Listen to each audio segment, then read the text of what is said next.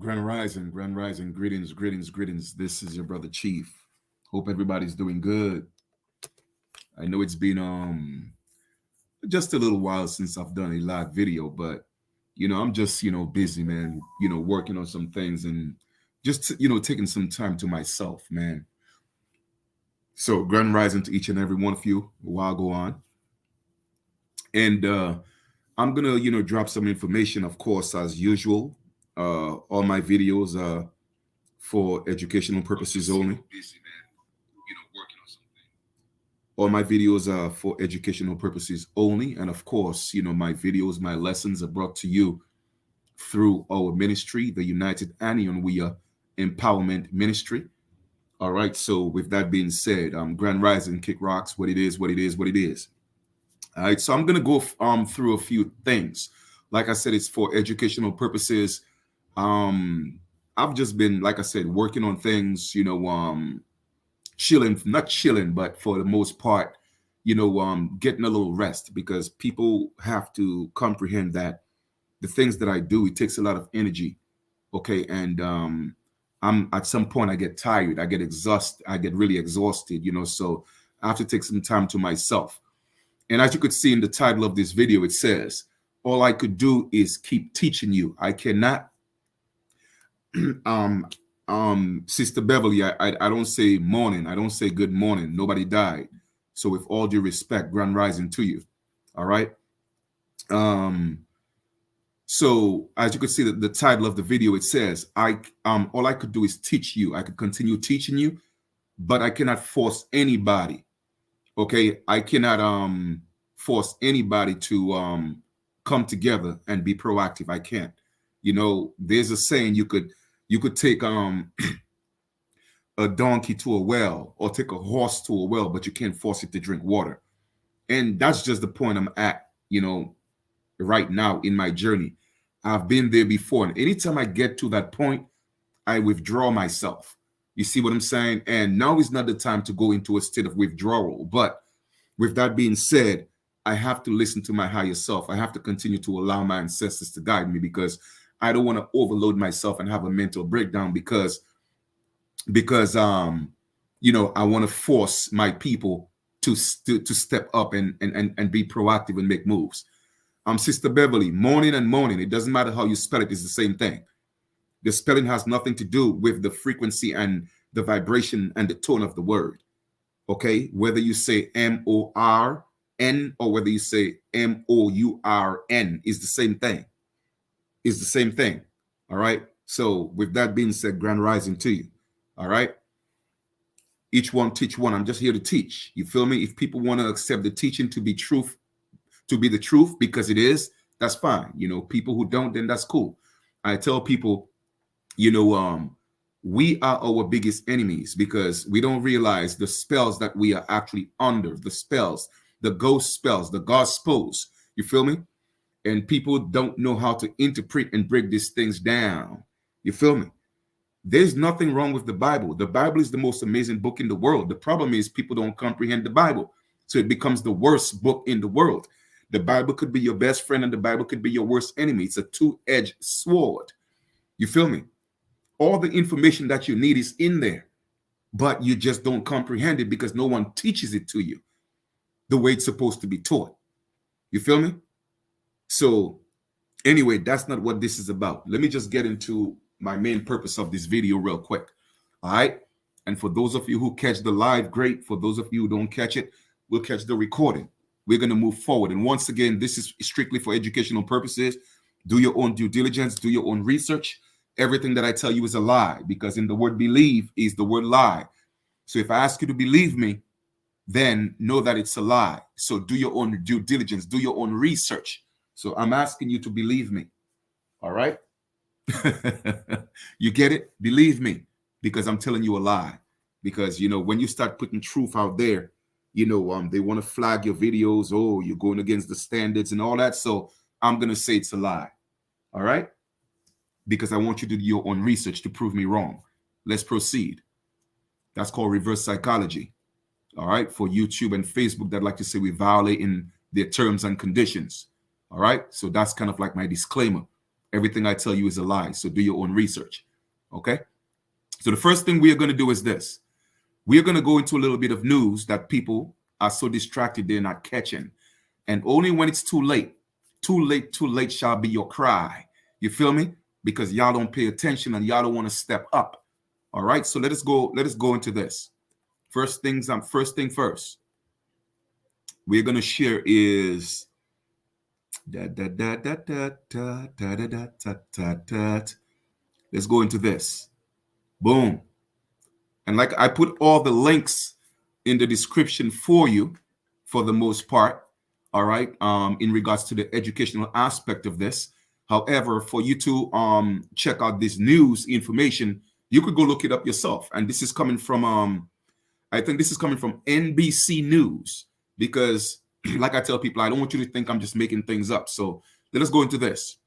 Threatening emails sent to 5,000 parents, students through Massachusetts schools account.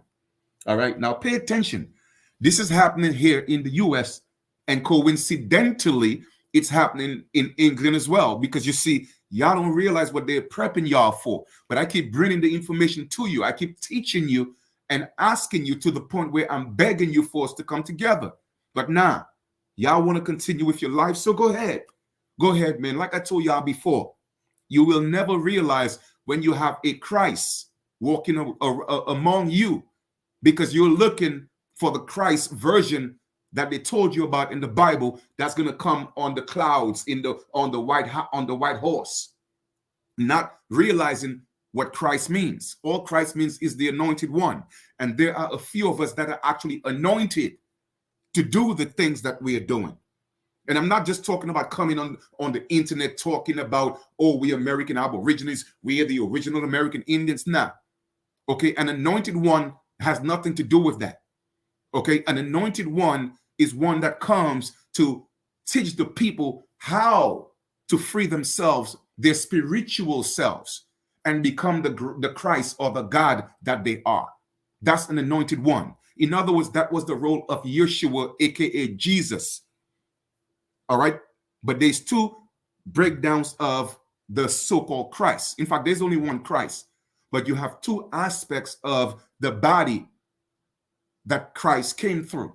So you have the version of Jesus and you have the version of Yeshua, two different individuals, okay, two different bloodlines, but they will not tell you that. All right. And I've already broken that down, but I'm doing some more detailed breaking down in another book that I'm finishing up. Okay. But I will not get into that right now because I don't want to confuse the messages. So let me just stay on point right now. But I just say that to say is a lot of people don't realize the Christ walking among them. Okay. All right, cool. Let us rock. The threatening email sent to 5,000 parents. Keep that word here, parents. Okay. Parents. Remember that. That word parents is important because parents is a legal term. Okay. Parents is a legal term. All right. Students through Massachusetts schools and emails. The email containing racial phrases and a follow-up email with graphic images appeared to be sent via the Gardner High School portal, police said. Now, when you look at the word police, the etymology of the word police comes from the root word policy. So a police officer is a policy enforcer. That's all he is. So all they are doing is enforcing policies, not laws. And a policy stems from statutes, codes, ordinances, and acts. Okay? Because they're all actors. You dig? All right? Let us proceed. We're just going to read a little bit. I'm not going to read the entire thing because I want you to do your own research. And so here we go. And this is since January 24th. So this is nothing new. I'm just letting you know that they're prepping y'all. Okay? And that was of 2021. Okay? Because we are still going through the cycle of what they're building us to. A threat against a Massachusetts high school was sent via email 5,000 people over the weekend, prompting police investigation. So, like I said, I'm not going to read this entire thing. I just want you to know that this is happening in the U.S. And as of lately, it's also happened again in one of the states in the US. Now, you may ask yourself, well, Chief, why is all that relevant? Let me show you why it's relevant. Because now we are going to go to London. Okay? We're going to go to London, which I just came from seeing my Nan. My Nan turned 92. She's an amazing woman. I love her. All right? Let's go to the next one. And this is from schoolsweek.co.uk. Leeds schools lockdown. Y'all better recognize, man.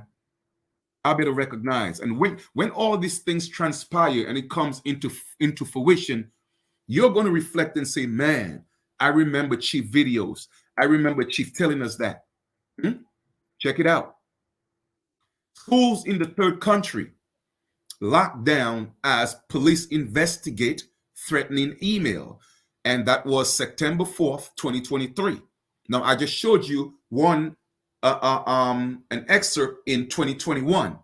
Here we are again in 2023. The same thing is happening. Now, what happened between 2019 and 2021? Okay, they came with the lockdown.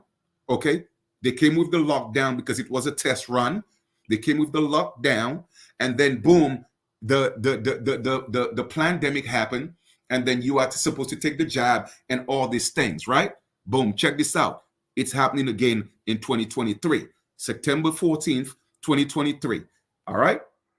West Yorkshire police said it had made an arrest in the connection with emails sent to a number of schools. That's in London. Okay.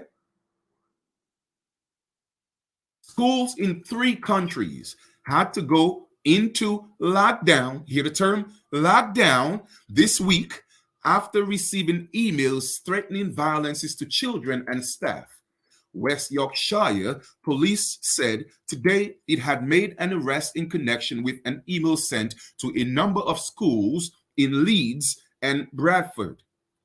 It added that the contents of the email were being investigated while officers were providing reassurance and safety advice to affected schools. It comes just 2 days after schools in Manchester and Cheshire were locked down. Here goes the word lockdown again, over malicious communications, which are also understood to have threatened harm to students and staff. Boom. You do the research yourself, because you see, I want to go deeper. I want to go deeper because that's just my thing. I like to go deep. All right. So let us stop here for a second. All this is important because you don't realize as a parent, okay, as a parent, which is a legal term, you don't own your children. You don't have the full rights to your children. Okay. So what I'm going to do at this time, you could look it up. Like I said, everything I tell you is a lie. So go ahead and do your own due diligence. I'm going to go into a document, which I've done videos on that in the past, but I was told that I was going against the standards or the community standards of YouTube. So I took the video down. But you know, nowadays I don't really care. Not that I cared before, but if they want to take it down, they could take it down. If they want to give me a strike, they could give me a strike. It is what it is, man. I don't care no more. Okay, I don't care no more. Because I'm tired of teaching and preaching and reaching to people, and people are just chilling, and y'all just so nonchalant. So you know what? If they want to take away the YouTube, let them take it, man. Like I said, I'll go somewhere in some islands and just chill and relax and enjoy the rest of my life, man. Because this thing there is just too tough. Okay, it's draining. So let me just go ahead and read this to y'all again, because a few years ago, about 5-6 years ago, I did a video on that, and like I said, I was asked by YouTube, you know, the information I provided therein, it went against their standard, and they gave me a strike. Okay, so I took it down. But I had some other information in the video as well. So I don't know if it was just that part of the video or was it just the entire video. But anyway, they just told me the content or the video that I uploaded, it went against the standard, and they gave me a strike. But I had that information in there, and I was advised to take down the video. So I took it down.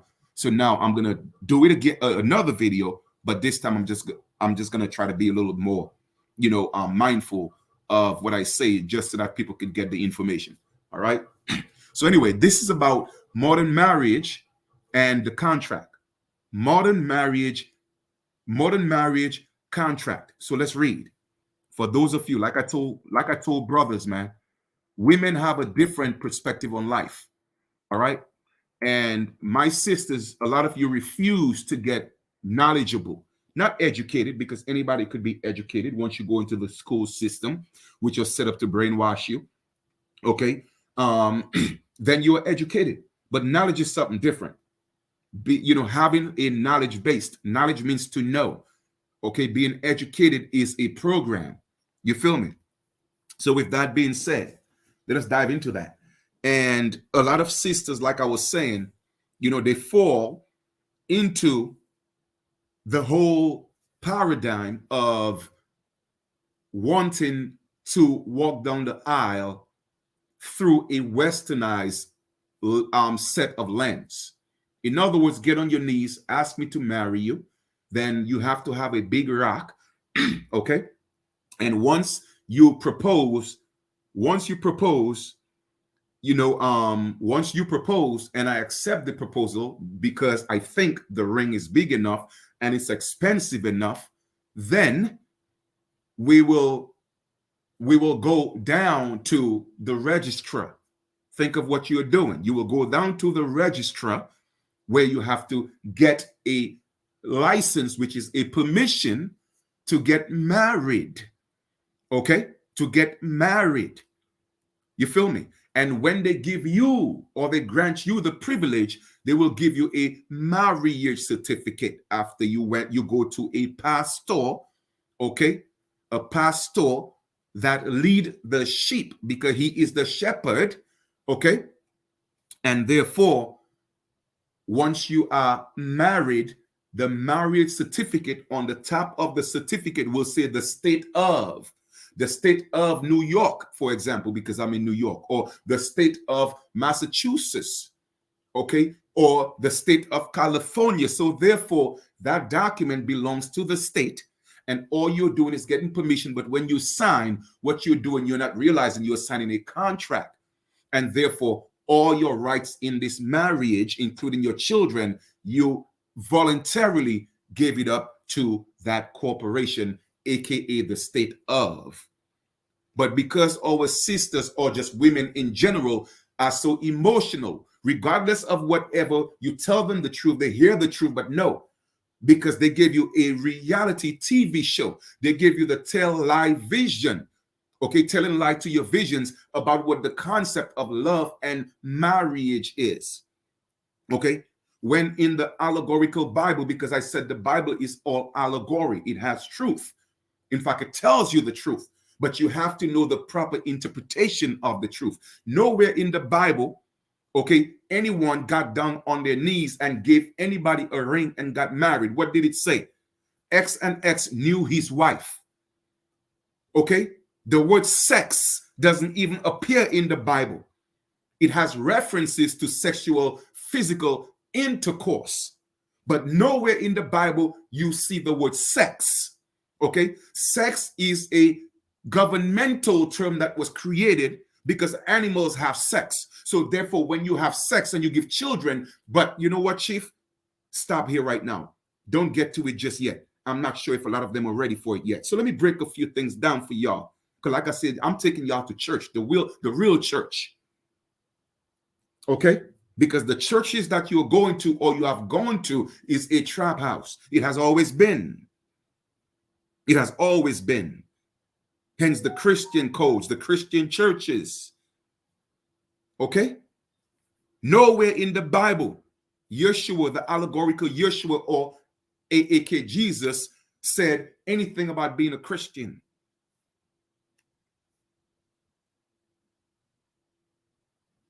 Let us proceed. Let us read the document. And like I said, do your own due diligence because everything I tell you is a lie. Did you know what you got into when you utilize a marriage license from the state? You were tricked into signing your children over to the state. Children are the fruit of the marriage. Okay, because remember, we're supposed to be fruitful and multiply. So children are the fruits of the marriage. Okay? Keep that in mind. Keep that in mind. Like I said, go ahead and take some copial notes, or you could just go back and you know rewind the video and then do your own due diligence. Okay? And like I said, once again, just for my disclaimer, everything that I tell you is a lie. It's not true. Okay? Not that it's not true, it's a lie. Let me just say, because it is true, but it's a lie. Okay? If you get what I'm saying. All right? Hold on for a second.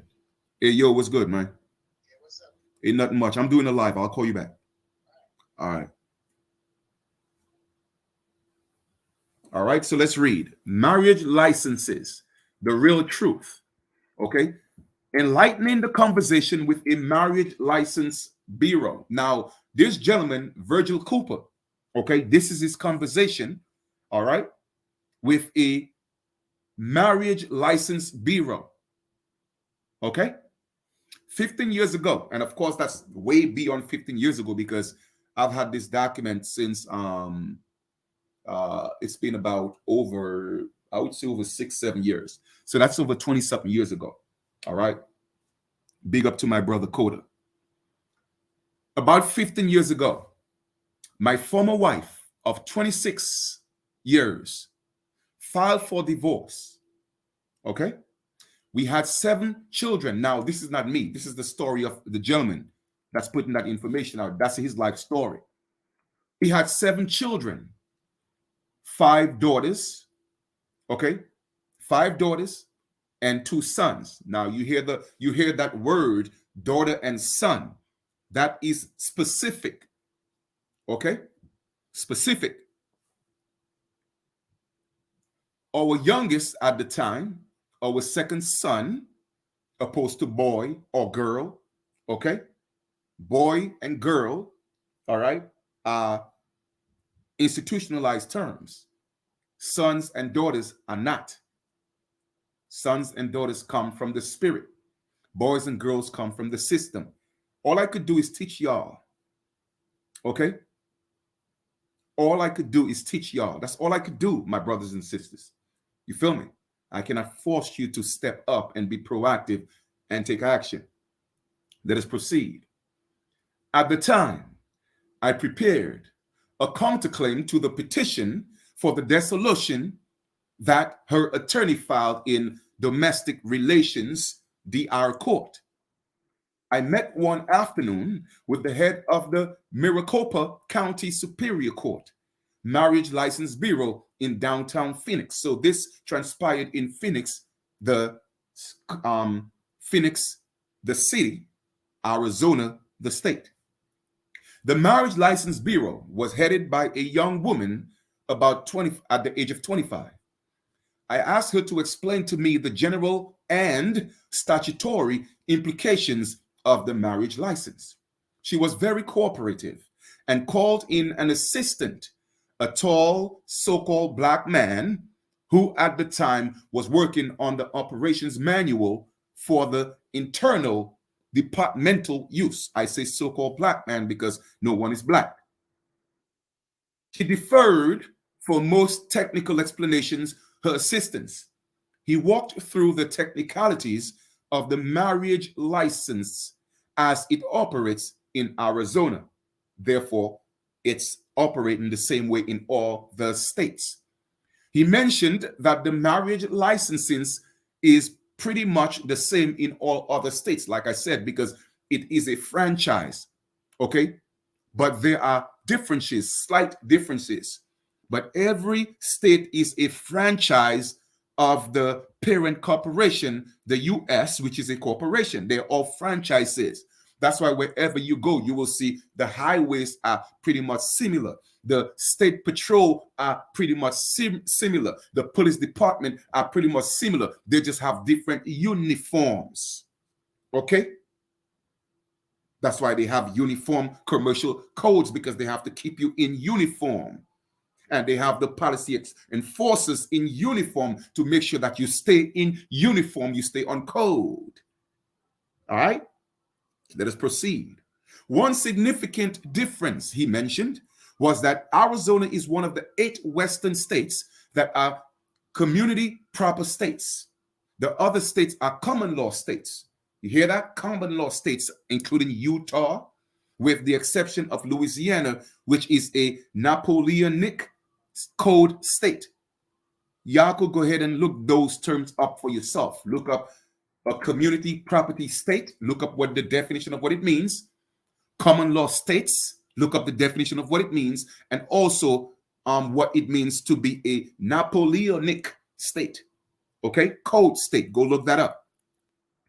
He then explained some of the technicalities of the marriage license. He said, first of all, the marriage license is a secular contract between the parties and the state.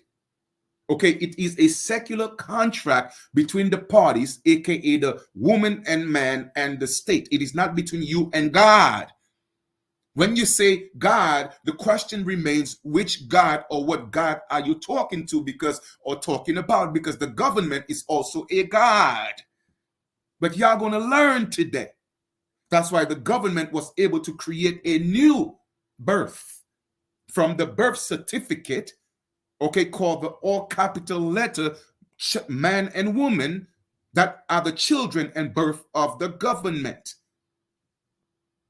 But y'all gonna learn today. The state is the principal party in that secular contract. Why? Because the state is the one playing God. It is not you, the wife. It is not you, the husband. That's why when you have your little issues, you have to run to your God, the government. Okay? The husband and wife are secondary, inferior parties. Yes, you are. To all my sisters who get bent up and emotional because you want to run down the aisle. But yet still you call yourself Christians. You're following what the Bible said. The Bible never said none of this. Okay? The secular contract is a three-way contract between the state as the principal, meaning that God, and the husband and the wife as the other two legs of the contract. Okay, it is a contract. A con is literally the means of achieving something through deception. Okay? All right. Let us proceed. So therefore, the husband is not the head of the home. The wife is not the head of the home. The government is the head of the home, not you. Stop living the illusion. The man said, which is the man that works in the license bureau, the statistics division where they issue the licenses for the marriage, this supposed tall black man. He said, in the traditional sense, a marriage is a covenant between the husband and the wife and God. That's what it's supposed to be. You feel me? But in the secular contract with the state, reference to God is a dotted line. In other words, it's a blurred line. It is not a solid line indicating that it's between the man, the woman, and the universal creator. No, it's not. It's between a dotted line with space, blemishes, okay, blurred lines, and not officially considered included in a secular contract at all. So therefore, God, what we refer to as God as the supreme creator of the universe, has nothing to do with your marriage. Okay, you are living an illusion, you emotional beings. Okay, let us proceed. He said, if the husband and wife wish to include God, the supreme, what we refer to God as the supreme creator of the universe, as a party in their marriage, that is a dotted line. They will have to add in their own minds. Okay? The state marriage license is strictly secular, he said. It said further that what he meant by the relationship to God being a dotted line meant that the state regards any mention of God as irrelevant, even meaningless, because the state replaced God. Okay? Man, y'all better wake up, man. It is meaningless. The supreme creators of the universe, condensed in the word God, is irrelevant when it comes to your marriage, simply because you got into a contract, not a covenant, which a covenant is actually by default a contract. But your covenant was not with the supreme creator of the universe, it was with the government playing God. All right, let's proceed. In this description of the marriage license contract, the related one other dotted line, he said in the traditional religious context, marriage was a covenant between the husband, wife, and God, with the husband and the wife joined as one. Okay? The man shall leave his mother and father and cling to his wife. And then after the fall, it said that the woman should now be subjected to the husband. Okay? This is not in the case in the secular realm of the state's marriage license contract. The state is the principal or the dominant party. The husband and wife are merely contractually joined as a business partners, not in any religious union. That's why over 90% of marriages end in divorce. Divorce. Okay? Divorce or diverse or diverse or divided. Okay? Because they don't comprehend that it's a business. And the United States is a corporation, therefore each state is a franchise corporation you see what I'm saying? So you don't know that it's a business. And the majority of people, they are business illiterate. So therefore, if you are business illiterate, it means that your marriage will fail because you don't realize that your marriage is a business. It has nothing to do with the universal creator combined in one word called God. No, the government is playing God. They are the principal in your union. Let us proceed. They may even be considered, he said, connected to each other by another dotted line. The picture he was trying to paint was that of a triangle, the Trinity, with the state at the top and a solid line extending from the apex, okay, the state, down the left side to the husband, and a separate solid line extended down to the right to the wife. I will show you that image in a minute. A dotted line merely showing that they consider themselves to have entered into a religious union of some sort that is irrelevant to the state. And here goes the diagram. We'll look at that a little more in detail. So, just so you know, a marriage is a contract not between you and the universal creator, combined in the word we call God. No. Okay? A marriage is a contract between you and the state. Okay? The state, meaning that the government. Why do you think they're called states? Even your mind is a state. That's why you have a state of mind.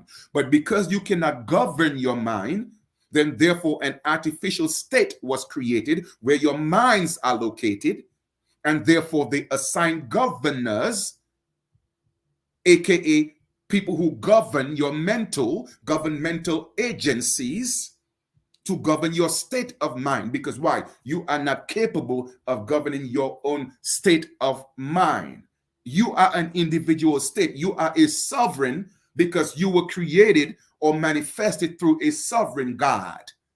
However, an artificial God came in, okay, and took your sovereignty away. They made you a prisoner of war in your own state. Hence your state of mind. And now you are being governed by governors when you are the ultimate governor of your own state of mind. Am I talking to the church today? Let us proceed.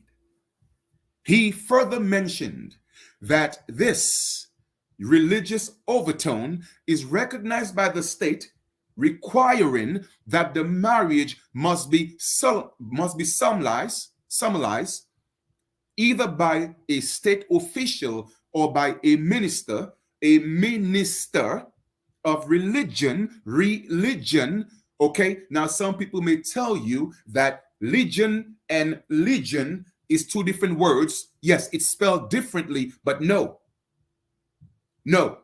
they carry the same frequency, just like good morning and good morning. They carry the same frequency, the same vibrational tone. So therefore, a legion, as in Ligion, and legion, as in Le, is the same frequency. It is no different. And what's a religion? Anytime you put the word re, the prefix re, in front of any word, it means to do again. What's a legion? A legion is an army. So therefore, when you bring back the old-time religion, you are bringing back the army of Islam, you are bringing back the army of Christianity, and you are bringing back the legion or the army of Judaism. So therefore, you are all slaves to that legion. They are all armies. Okay? They are all armies. Let us proceed. Okay? So therefore, the minister of religion of the army that has been deputized, because he is a deputy by the state. The state is the official, but the minister is deputized by the state to perform, because it's an act, the marriage ceremony and make a return of a signed and executed marriage license to the state. So once the deputy, which is the minister, he performs, which is an act, the marriage, okay, then he has to sign a document, give away his signature, because that's what signature means, sign.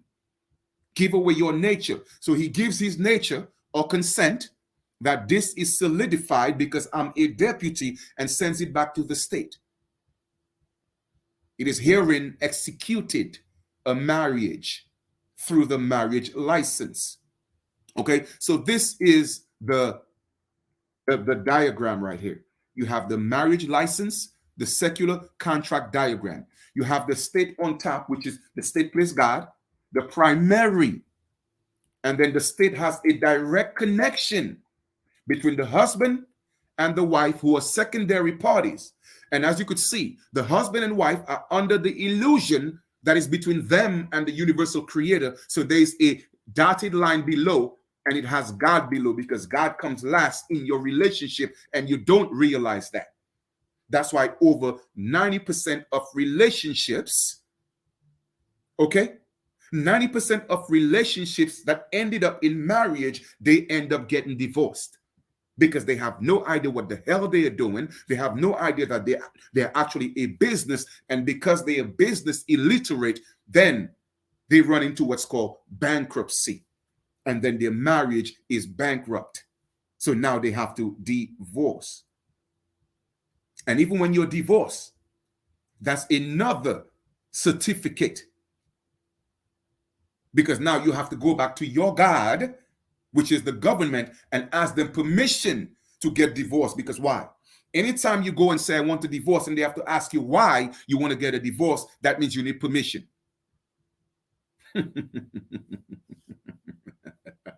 So I have to give that laugh, because it is so sadistic. It is cynical. And y'all don't even know what y'all getting into. But it doesn't matter how many of you hear this truth right now. You will still go ahead and get engaged and get married and do the same nonsense you have been doing. But y'all call yourself wokes and spiritual beings. Show me anywhere a spiritual being ever got married with a paper and a ring. It said the man knew his wife. It didn't even say sex. Animals have sex. Animals have sex, but I'll get into that deeper. as we continue with the lesson. Okay? And like I said, this lesson is brought to you by my ministry, the United Anion Wea Empowerment Ministry, which is a real ministry. It is not a 501c3, but it is tax exempt, just like a 501c3. You see, I like I tell people, I know how to do this. So they cannot tell me what to talk about. Okay? I have a free church. Again, he emphasized that the marriage is a strictly secular relationship so far as the state is concerned, and because it is looked upon as a privilege, not a right, a privilege business enterprise, various tax advantages and other political privileges have become attached to the marriage license contract that has nothing at all to do with marriage as a religious covenant or bond between the universal creators that is condensed in the word God and man and woman. Okay? Your marriage is supposed to be between you, your husband or your wife, and the universal creators. That is the Trinity. Okay? That is the Trinity. And the fruits of that Trinity are your sons and daughters. But the government replaced what we call God, and they are the principal party or the primary party playing God. So therefore, they are the head of that Trinity. So therefore, any fruits that comes from the Trinity, it belongs to the government playing God.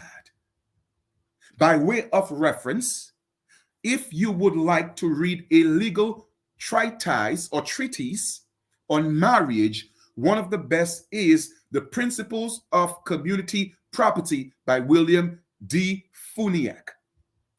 Okay, make sure if you want to do further reading on that, look it up and go ahead and get that book, The Principles of Community Property by William D. Funiak. Okay, because you are nothing but community property once you are married. At the outset, he explains that community property law, okay, community property law descends from Roman civil law through the Spanish codes 600 AD, written by the Spanish juris consults. And we're not going to talk about who are the Spanish conquistadors that came here in 1492. They were Moors and they were Jews. Okay? But they were the bad ones, the fallen ones. All right? But we're not going to turn that into Hebrews, and we're not going to turn that into Moors. That's not what this is about. I'm just letting you know who came here and brought those codes in 1492. They were the Moors and they were the Jews. All right? I'm talking about the real Jews, not the Jewish Jews. Okay? They were people of color that came here to impose all of this on us. All right? Let us proceed. In the civil law, the marriage is considered to be a for-profit venture or profit-making venture, even though it may never actually produce a profit in operation. And as the wife goes out to the local market to purchase foodstuffs, and other supplies for the marriage household, she is replenishing the stock of the business. Okay? So anytime the wife goes out to the market, she is replenishing the stock of the business. All right? Which is to restate. In the civil law, the marriage is considered to be a business venture, that is, for profit business venture. Moreover, as children come into the marriage household, the business venture is considered to have what? Borne fruit. Because your children are considered fruit. Because they are fruits of the marriage, both spiritually and both through contracts with the government. Now, back to the explanation of the Maricopa County Superior Court.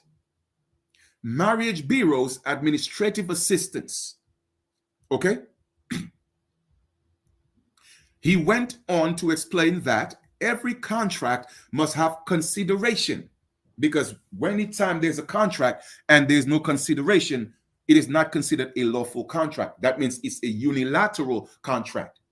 Okay? And most of you get into unilateral contracts not realizing exactly what the hell you're getting into. Because a unilateral contract is a one-sided contract where one party is the sole benefactor of that contract. And in a contract, there's supposed to be consideration. The state offers consideration in the form of actual license itself. So when you go for the license, that is the consideration. The piece of paper, the certificate of the marriage, that is the consideration, because you're dealing with contractual law and you have no idea. The other part of the consideration by the state is what? The privileges regulated by the statute.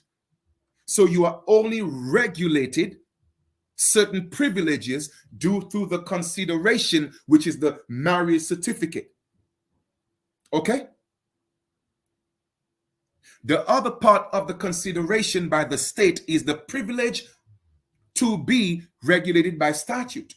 He added that this privilege to be regulated by the statute includes all related statutes and all court cases as they are ruled on by the courts, and all statutes and regulations into the future in the years following the commencement of the marriage. He said, in a way, the marriage license contract is a dynamic or flexible, ever-changing contract as time goes along, even though the husband and the wife didn't realize that.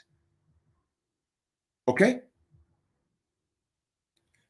Now he's giving his thoughts. My thought on this is, can it really be considered a true contract as one becomes aware of the failure by the state to make full disclosure of the term and conditions?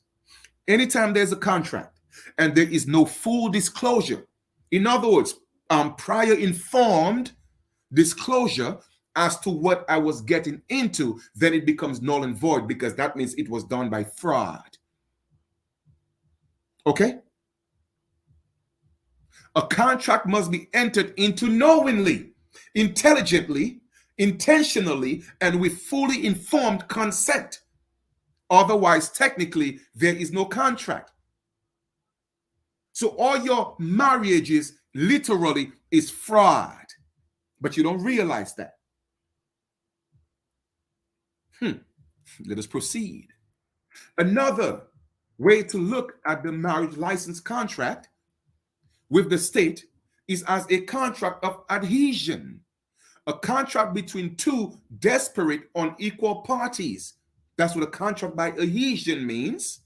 Again, a flawed contract. Such a contract with the state is said to be a specific performance contract as to the privileges, duties, and responsibilities that are attached.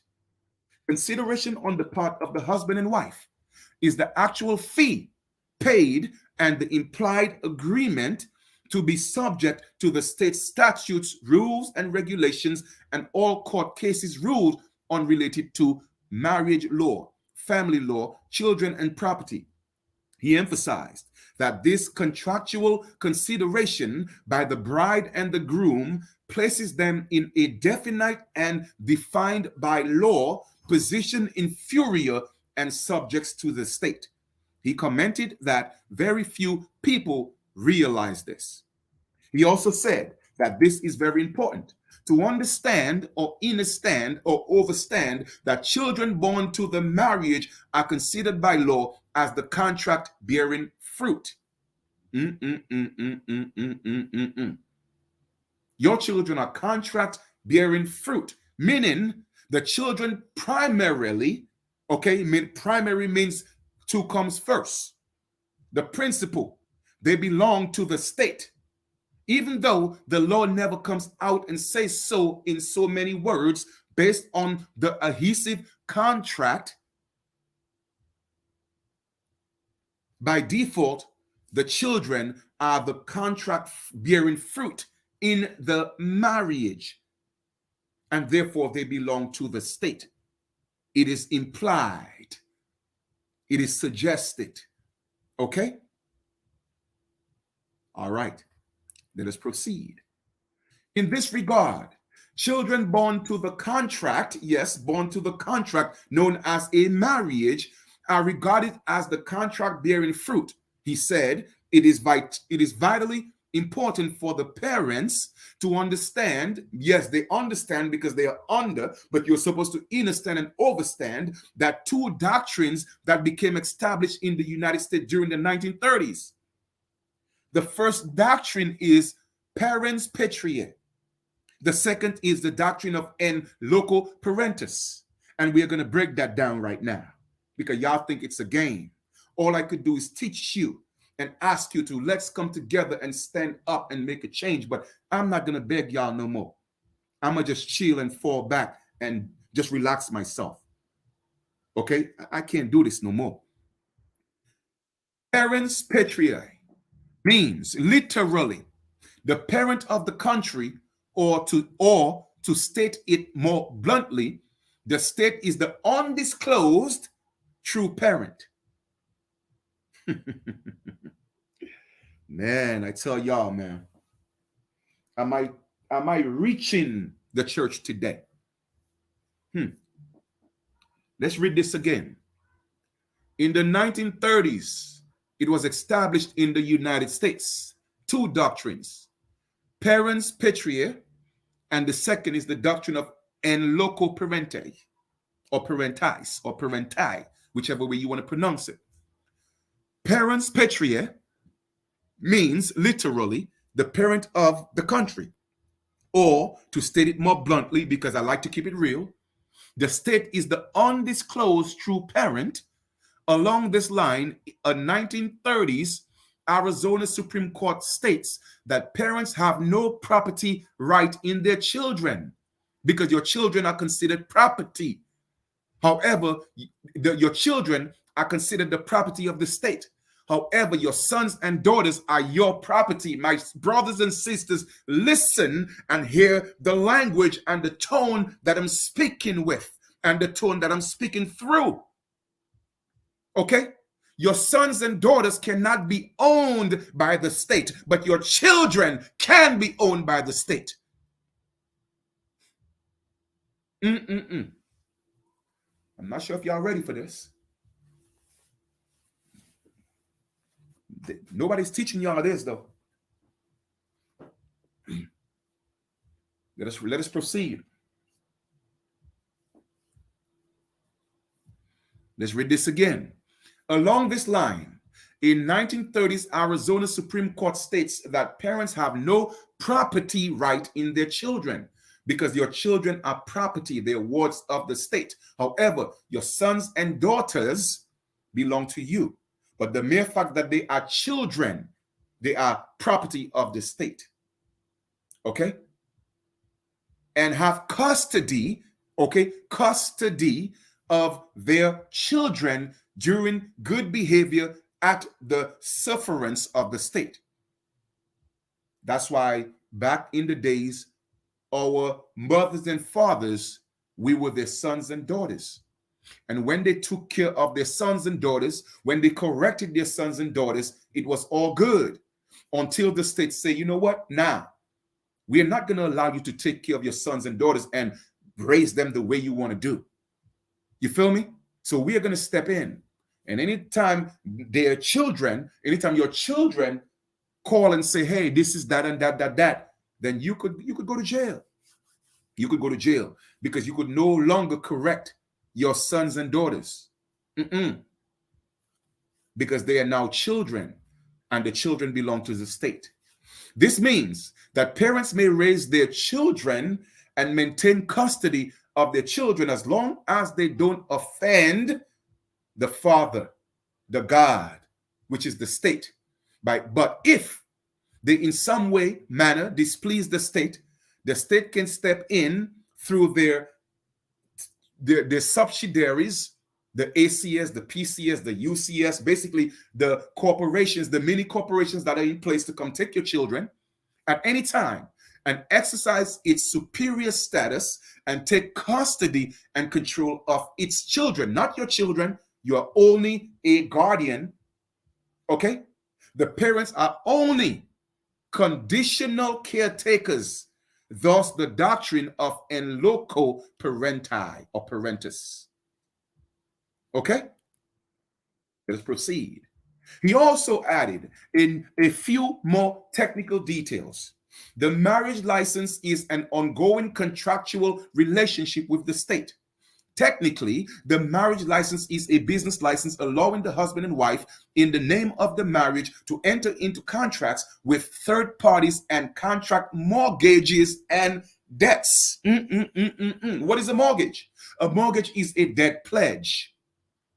So when you get married and you get the certificate, you are in a debt pledge. You are considered debt entity, only good for profit and debts. So now they use the marriage certificate.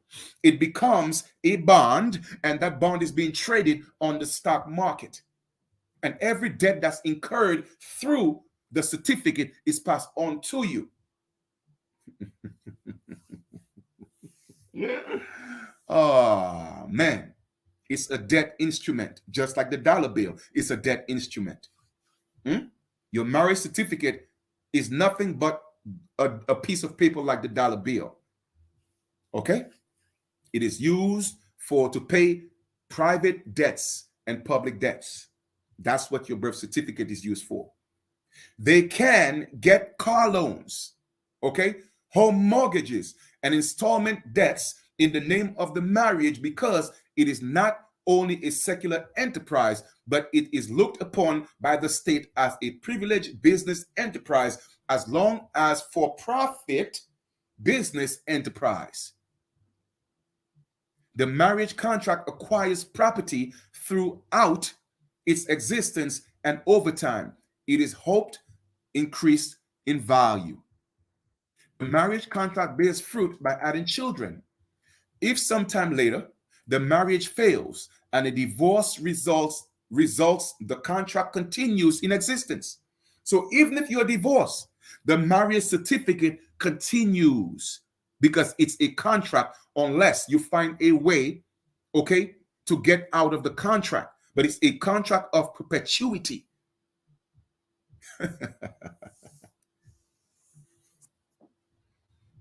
The divorce is merely a contractual dissolution or an amendment of the terms and conditions of the contract.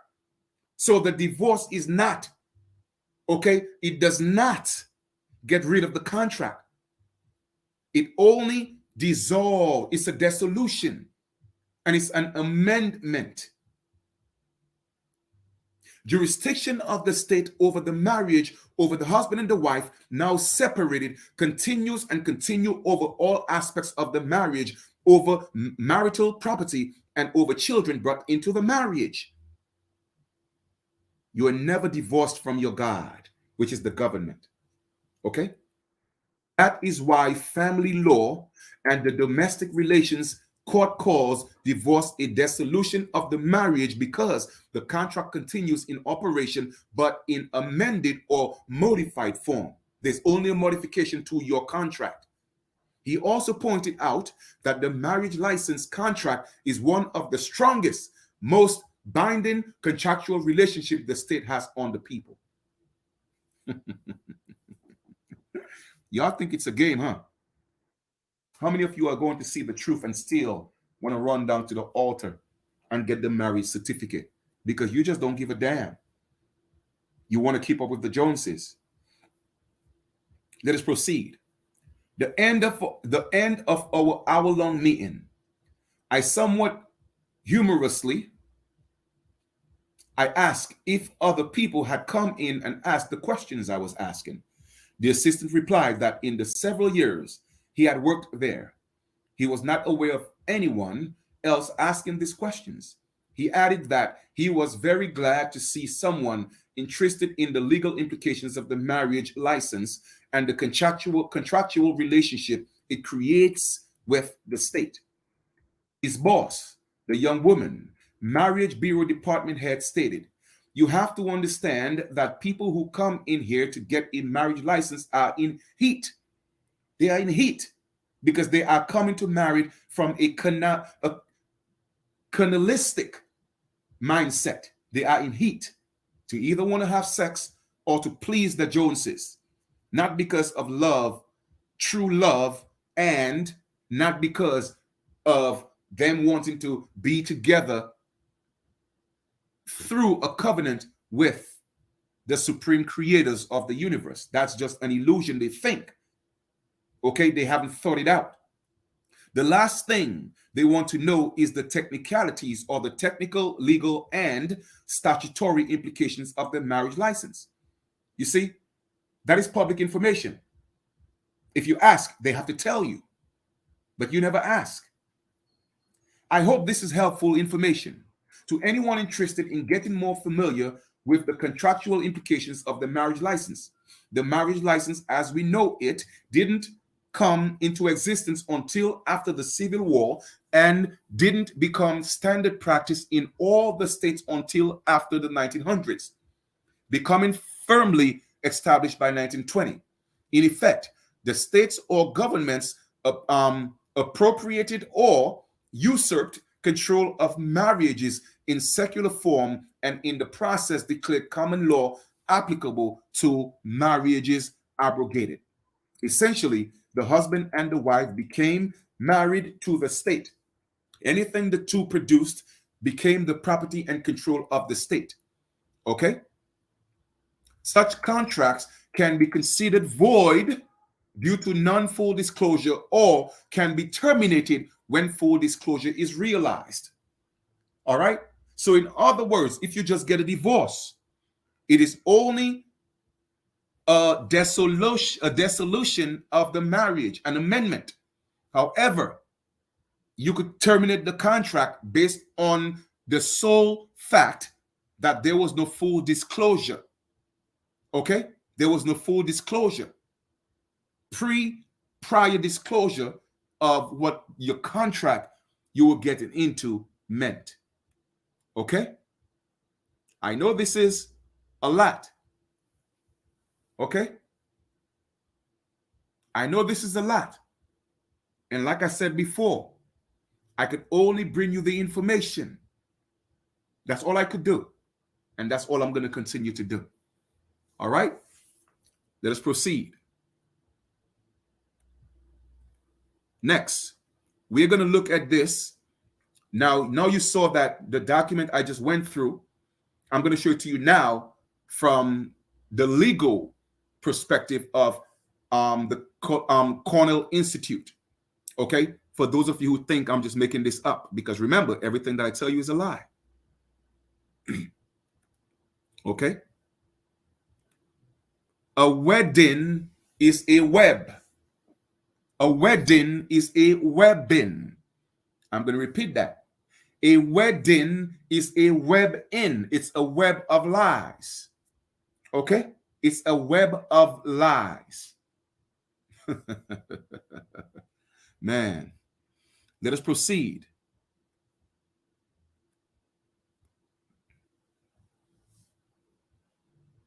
Let us proceed. Parens Patriae is Latin for parent of a country or homeland. Under the Parens Patriae, a state or court has a paternal, you hear that? Has a paternal, not a maternal, because we have a maternal system in our culture as American Indians. But the paternal system, patriarchy system, a patriarch system was brought into our land in 1492 by the Moors and the Hebrews. Okay? And I'm talking about the bad Moors and the bad Hebrews, because I'm not going to classify everybody as being bad. But there were people of color who came here in 1492 to lay the foundation of enslavement in our lands. Once again, Moors and Hebrew Israelites are not indigenous original people of the Americas. Okay? Under the Parens Patriae, a state or court has a paternal, not a maternal,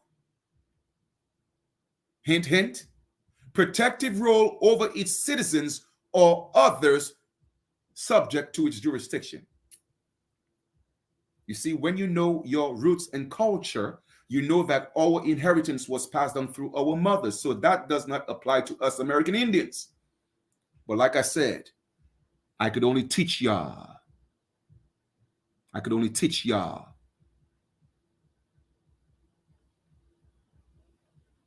All right? Whether good or bad, Hebrew Israelites or Moors, good or bad, are not the original people of the Americas. Period. All right, let's proceed. Next, let us go look at in loco parentis. In loco parentis. All right, now we're looking at it from a lawful perspective in regards to Cornell. We're looking at now the definitions. All right. In loco parentis. In loco parentis is a Latin term meaning a place of a parent. So you see, I didn't just show it to you in the excerpt or the document or the PDF that I read. I'm showing it to you now. Look, it's actual codes. All right. It's in the place of the parent or instead of the parent.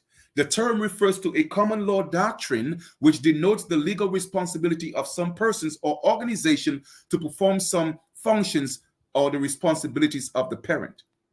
Okay? You hear that? All right. Y'all think this is a game. Now let's break some more things down because like I said, I'm going to get deeper. I'm going to dive a little deeper. If you want me to dive a little deeper, which I've already went, and yes, you're absolutely right, Heru. They are actually one of the same. They are related bloodlines. Okay? They are related bloodlines because they all stemmed from the Catholic Church. All right? They all have the same father. Okay? So you're absolutely correct. Now, for those of you who want me to go a little deeper, all right, go ahead and do me a favor, please. Type some 9s in the chat. Type some 9s in the chat. We're going to go a little deeper. It might get a little, it might rub some of your emotions, but it's all right. I'm only here to teach you. Okay? So go ahead and do me a favor. Type some 9s in the chat. Type some 9s in the chat. All right?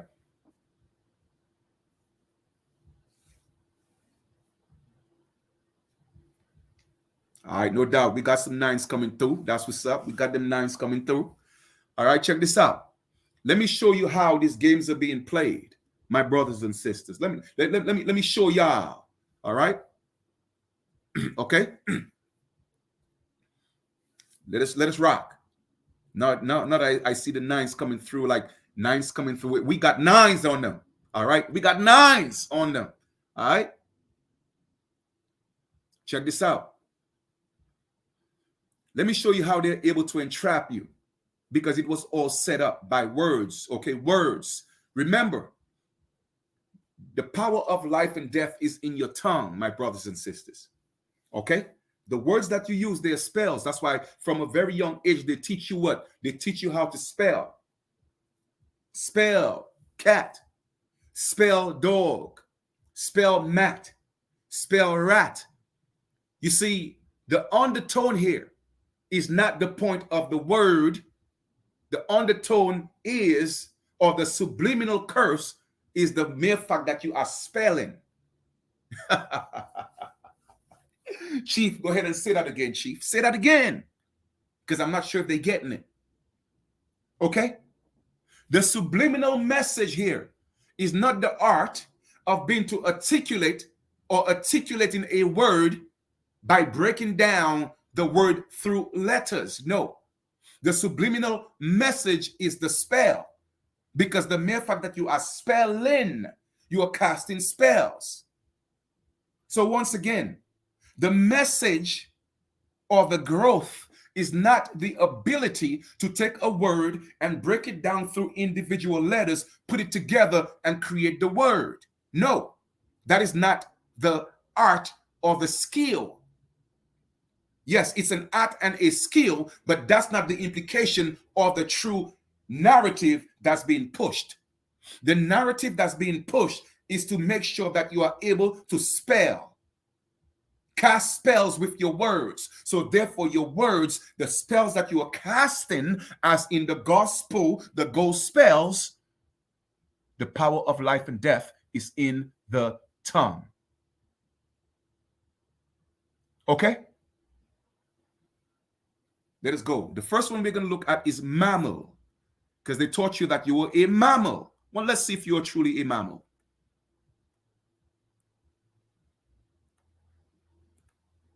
Mammal.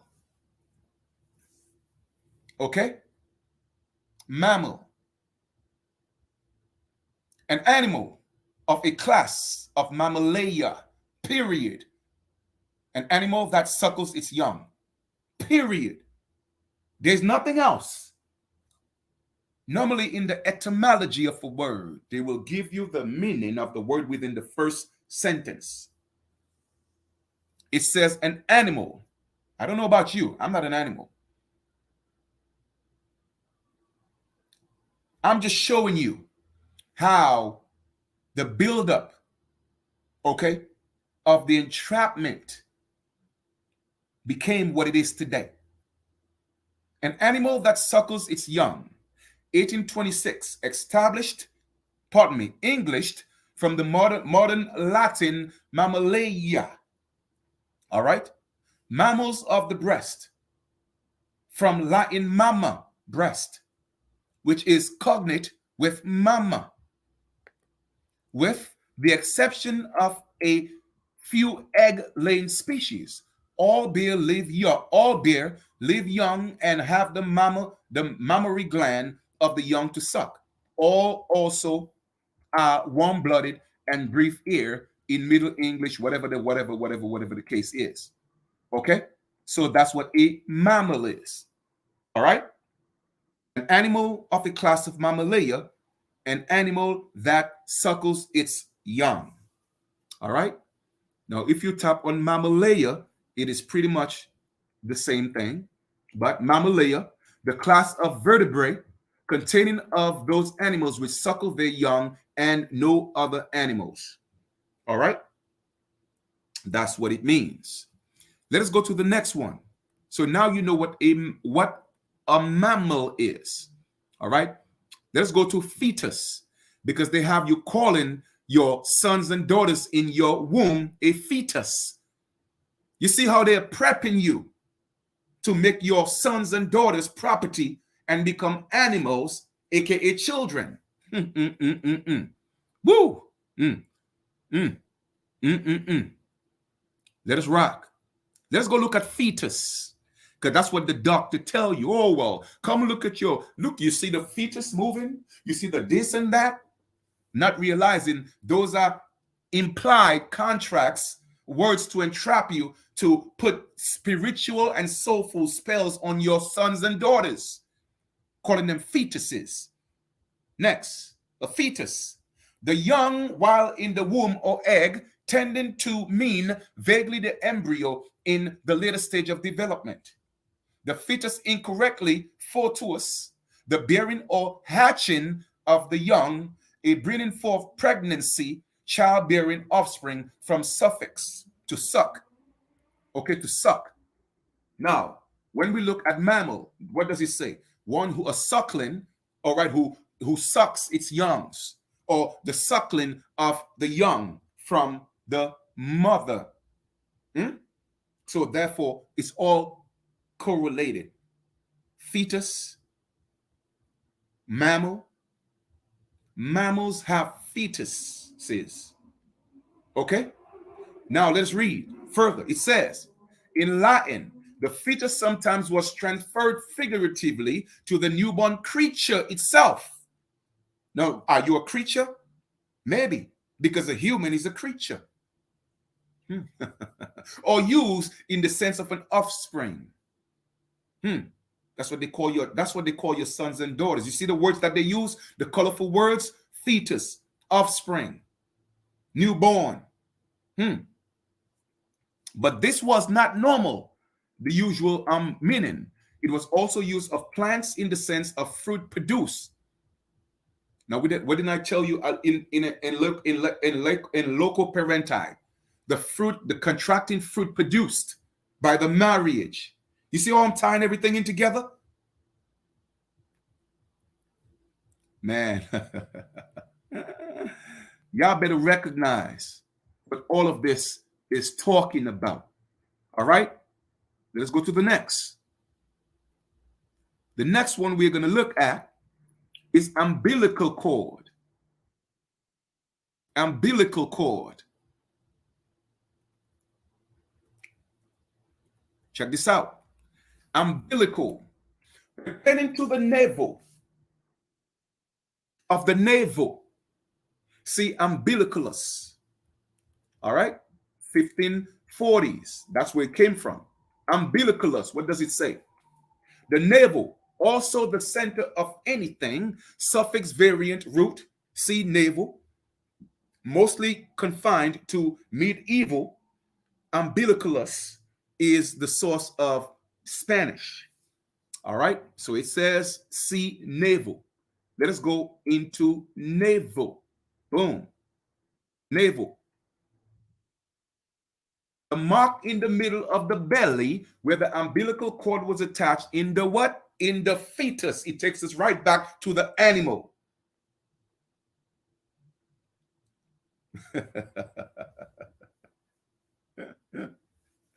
Man, y'all better recognize.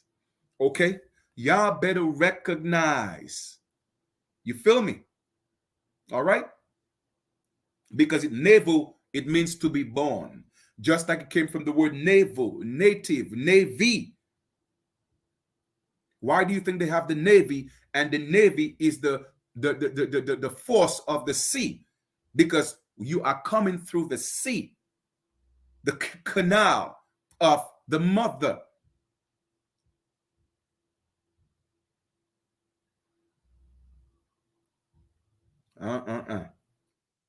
All right? And it takes us right back to umbilicalus. So my brothers and sisters, you see how you are being entrapped. You are being entrapped and you just don't know exactly what's going on. All right? Now, let me see if I could find something else here for y'all real quick. So like I said, you will not see the word sex in the Bible. However, you will see the term, the man knew his wife. Okay? Knew his wife. All right? And all these words, such as pregnant, pregnant, pregnant, or pregnant, or pregant, all right? It deals with something that comes before, because pre is the prefix of the word, and pre means before, and nut or nunt deals with where the word comes from, repugnant, okay, a pognant, all those different words, or giant, all those words, that's what it means. So when you are using such terms, okay, that deals with you bringing forth your sons and daughters, you are literally casting spiritual spells on your children. Okay? That's what you are doing. That's what you're doing. Okay? I'm just letting y'all know, man. Y'all do what you want with the information, but all I could do is give it to you. Give it to you. Give it to you. All right? See something. Da, da, da, da, da, da.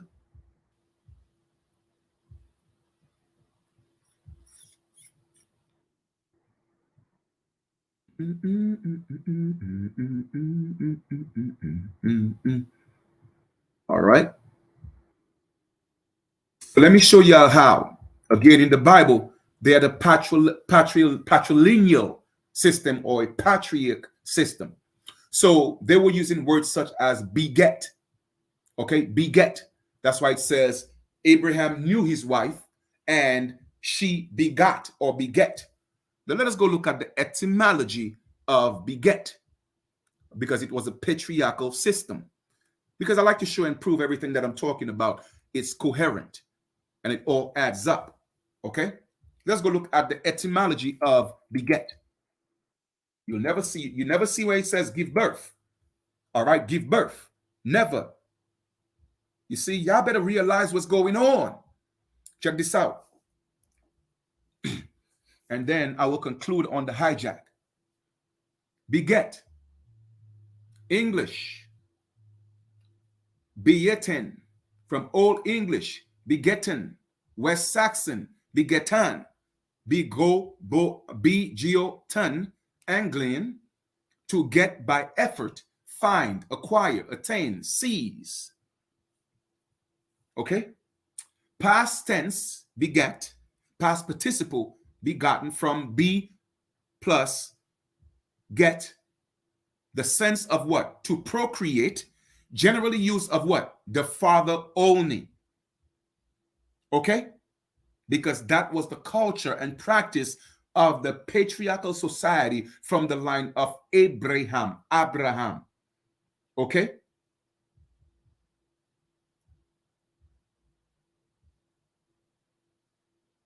Abraham.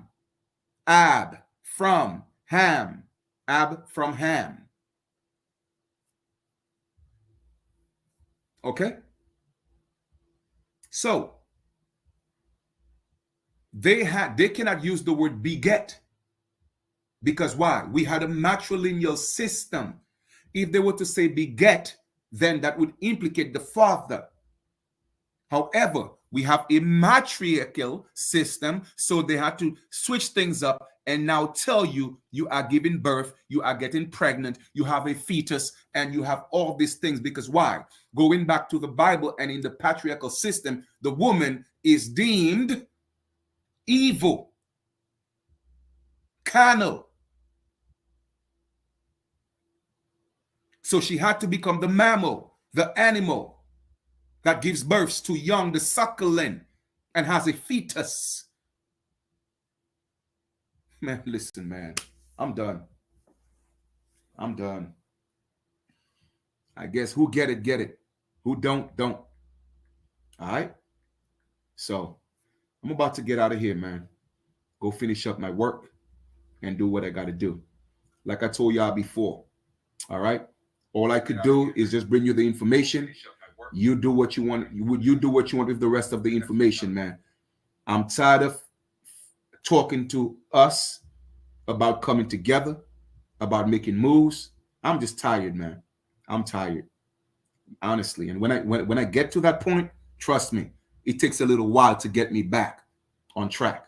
It doesn't mean I'll stop teaching, no. But in terms of asking people to come together and let's build and let's do this and let's do that, I'm gonna take a break from it. I'm tired, man. It's just taxing. It is. Y'all don't realize that because too many of you want to focus on the distractions. And don't get me wrong. I know you got to work. You got bills to pay. Yes, we all got responsibilities, right? But when you truly know truth, all what we're doing, we're not supposed to be doing. First of all, we're not supposed to be working. Because when you go, once again, the reason why I reference the Bible is because the truth is in the Bible. Because the truth is not being taught or not being interpreted, it doesn't mean that the truth is not in the Bible. The Bible has the truth. Okay? The Bible hasn't told one lie yet. All right, Brother Heru said, so, Chief, this reading means we will not see states as having authority either, correct? They are part of the yes, as long as you know. You see what I'm saying? They only have authority because we got into the contracts voluntarily, even if there was no full disclosure. Because once again, when you go back to the video and look at a contract. When a contract is lawful, it has to have different components in them. Okay? And free and prior consent or full disclosure is one of the terms of a contract for it to be lawful. You feel me? And that's why I'm like I said, I'm gonna stop asking y'all to reach out and let's come together, let's make this happen, because it's the only way we are going to make it happen. Yes, individually, you could have some type of, yes, success, because I've had many successes, but it is draining to do it alone. You feel me? It is draining. It is tiresome. Now, Supreme Health, I'm not going to stop teaching. I'm just going to stop trying to reach the people so we could come together. I'm tired, lineage. I'm tired. I'm only one man. I'm burnt. You feel me? And people don't realize the toll it takes on me. You feel me? People don't get it. I don't have a 9 to 5. And I don't even come on here and ask y'all to donate to nothing. So people don't, our brothers and sisters don't even ask, well, how does Chief take care of himself financially? Nobody asked that question. Because you see, I don't come on here talking about go to my Cash App and do this, and I don't do that.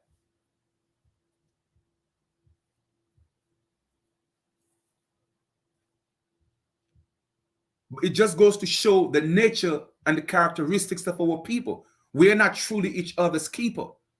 I give you the knowledge. I study, I research, I do all of that, and I bring it to you. You did? And don't get me wrong, at least one sister on here or two other individuals have reached out and say, hey, Chief, you know what? Can I donate something to you? And I respectfully told them, you know what? It's okay. Because at that time, you know, I didn't need it. Not that I'm saying I need it now. The point is, I'm working on other things, and I would like them to be part of that and patronize in that sense. You feel me? But the point I'm making is, y'all don't realize how much time and effort it takes to put all of this together. When I rise, the first thing that comes to mind is you.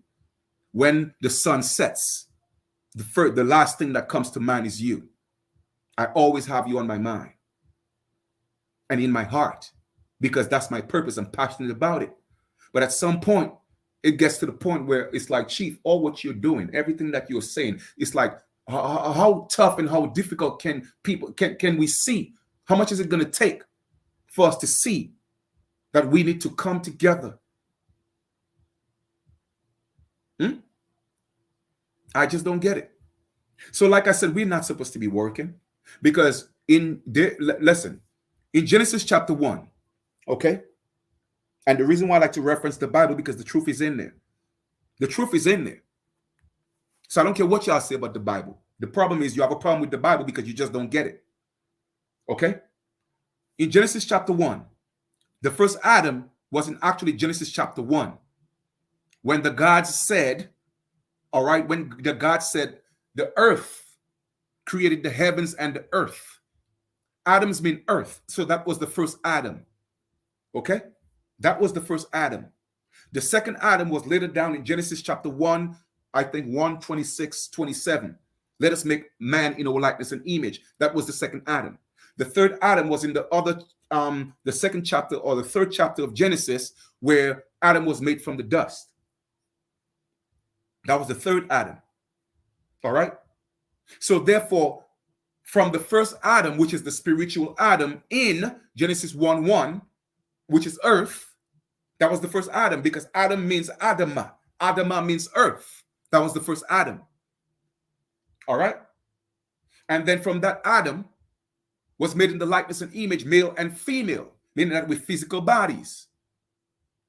Okay? That was a kind of Adam. So yes, we are all kind of Adams. And from that atom, all right, then the next Adam came in. That was where now they were dealing with the genetics, creating a hybrid. So therefore, the Adam from from dealing with Adam and Eve, that's the hybrid Adam. Okay? But however, the Adam in Genesis 1:26 or 27, 28, around there, that Adam had dominion over everything. Everything. So therefore, you were not supposed to work, because why? Everything was already given to you. So why are we working? Why are we paying bills? Why are we buying food? Why are we buying water?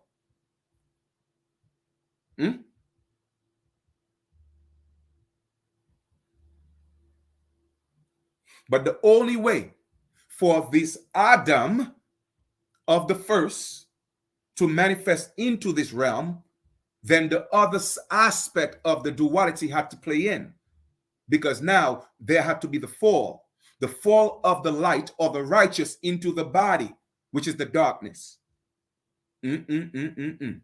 Hence, now became, you have the tree of life, which is considered to be Yeshua, or what they call AKA Jesus. It's a concept, okay?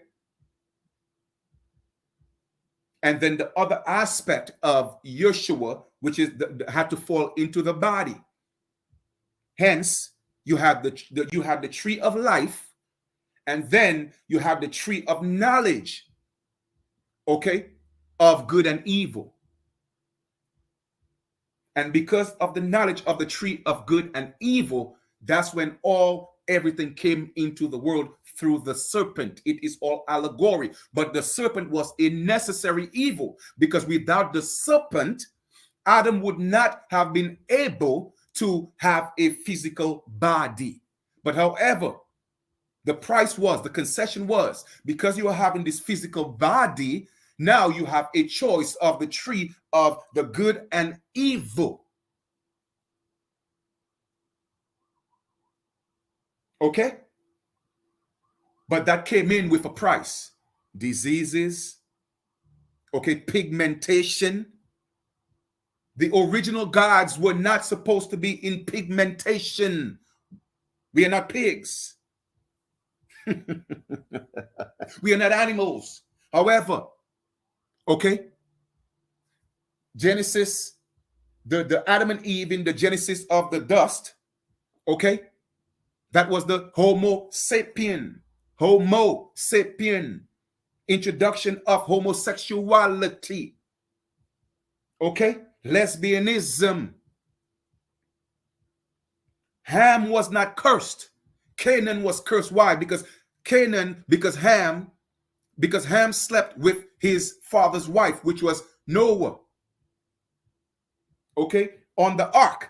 And therefore Cain was born on the ark. But Cain is also the descendant of the bloodline of Canaan, is also the descendant of the bloodline of Cain.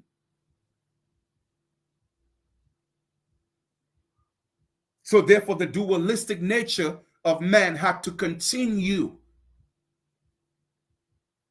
And even after the flood, where they were supposedly, because Noah's wife was of the bloodline of Cain.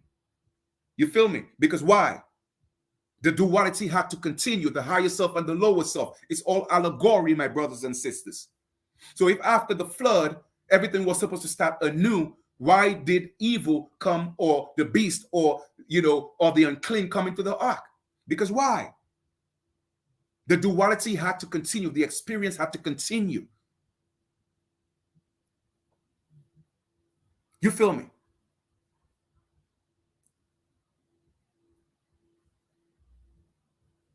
So homosexuality, lesbianism, all these things is not part of the bloodline of Yeshua. And I'm using that term Yeshua to mean the Christ, the higher self. Okay? That is of the nature of the serpent. Eating meat is of the nature of the serpent, because in Genesis chapter 1, we were not supposed to eat meat.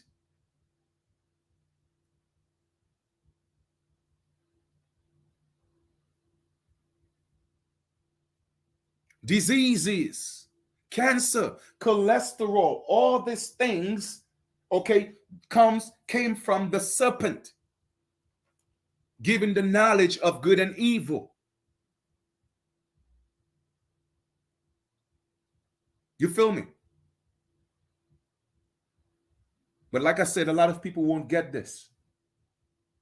And all Christ means is to be anointed. That's all it means. Okay? That's all it means. So, anyway, I'm about to get out of here, man. We'll just like cholesterol, all these things, okay, came from the fall. Just like cholesterol, okay? Cholesterol. The word cholesterol has three different components. All right. The first part of it, okay, is three Greek words: choleo, or cholesterol. Choleo or cholo means a bow or a dot. Lester means a solid waste, and all means alcohol. Okay, and alcohol is spirits, and spirits are demons. Hence, alcohol is also a demon. Okay, everyone on earth is not anointed. Stop the nonsense. You cannot be going around here killing people, murdering people, talking about you're anointed. Y'all got to stop with the foolishness, man. Okay.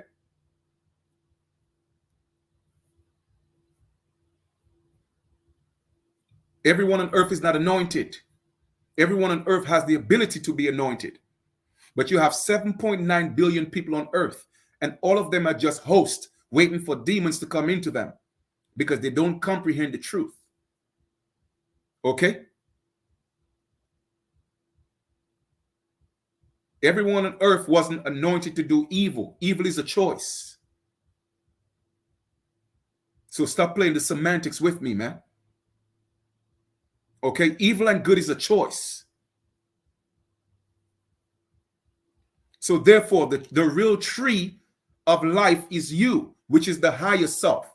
But however, within the tree, okay, is that same body is also the knowledge of the tree of good and evil. You feel me? And that's why when our ancestors, or what you call God or the universal creators, created the earth, it didn't say in the beginning the gods created the world. No, the earth. The world and the earth is two different things. The earth, the world is what you call assimilation. The world is an assimilation that was created in the earth. In other words, the earth is not the matrix. The matrix is the world. However, the world has a different creator. But the universal creators, our original ancestors, created the earth, not the world. The world was created by a demigod. And everything we're dealing with right now, we are dealing with it through the world. That's why you have the term, I am in this world, but I'm not of this world. We are of the earth, not the world. And until we live in this world and we don't realize we've got to get rid of this world and bring back earth, then we are always going to be subjugated subjects of the people who are running the world. Okay? I hope y'all get that. I think I gave y'all enough for today. All right? And that's why when you are dealing with the tree of life, the allegorical, and I'm saying everything is allegorical, the allegorical Adam and Eve, they committed treason. Treason. That's where the word treason came from. Okay? Because they ate of the tree of the knowledge of good and evil. So they committed treason against their God.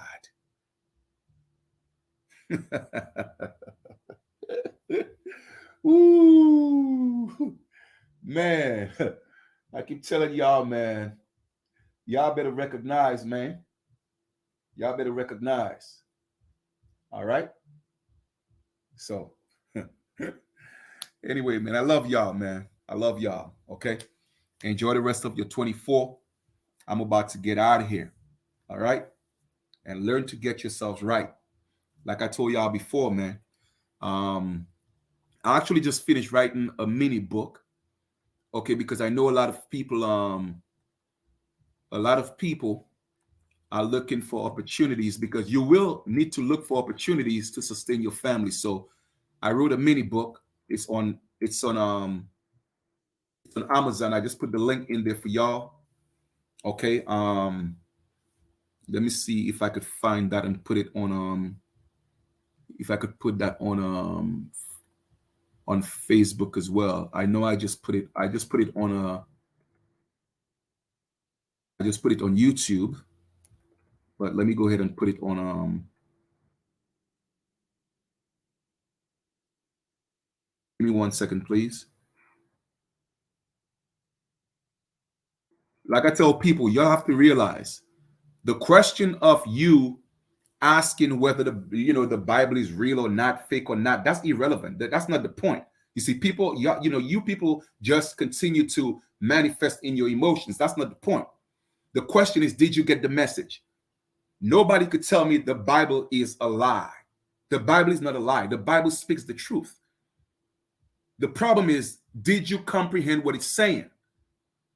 They're telling you everything right in the damn book.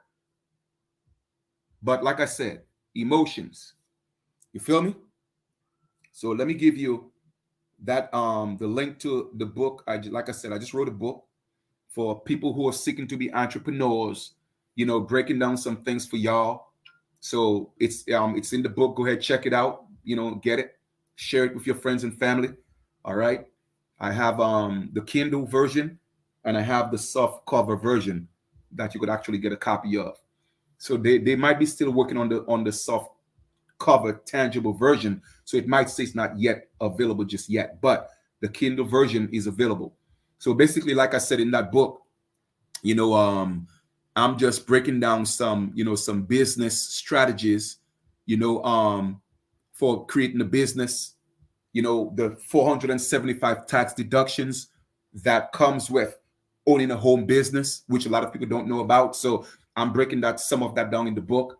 Also breaking down, about print on demand businesses and how to go about it and resources. So all that stuff is actually in the book, because we have to become autonomous. We have to become self-sufficient. All right. While I'm back to working on the book I was working on prior. So I'm back on working on that because I took a break to do different things. You feel me? But I, like I said, I made an attempt to come together. Let's do some nation building. But again, I just can't. I really just can't right now. So I'm just going to fall back into trying to finish that book. Well, not trying to. I'm going to finish that book. So I'm just doing the editing right now, going for things. So finally get that other book out. But in the meantime, like I said, I know a lot of people are looking to be entrepreneurs because of artificial intelligence. A lot of people are losing jobs. So we have to find ways to get more creative. So I was led to just write that a 93-page, mini book to give you. So I went right to the point. Okay, none of the beating around the bush and all of that. So gave that to you in a 93-page book, easy read, with some guidelines and stuff like that. So that's on there. So go ahead and check it out and do, of course, some more extensive research. That's just an introduction, but the introduction has a lot of information. All right. To the point to literally giving you companies and giving you apps and all those different things so that you could start your journey of entrepreneurship if for online businesses. Okay. So like I said, I appreciate love y'all. And we'll talk soon. All right. I'm not, like I said, I'm not giving up on nation building. No, I'm not giving up on coming together as a community, but I'm just going to stop asking and begging people to do that. All right. Because there's some of us, our purpose, some people's purpose is just to come and teach and just to come give you information. Other people's purpose is to come and teach and take action and step up and make some things happen. All right. I am the latter, meaning that I am both. All right. So my purpose is different from others. All right. Some people just come on here just to give you information. All right. And they create their brands, they create whatever, and they ask you to support it, but they're not about taking action. They will not take action the way I'm taking action. And there's nothing wrong with that. That's just their purpose. All right. Mine is a little different, but it's a challenge when you have to beg people to come together so we could deal with those situations. You feel me? It's a challenge. And I'm just being honest. All right. So we'll talk later. Love y'all. Enjoy the rest of your 24.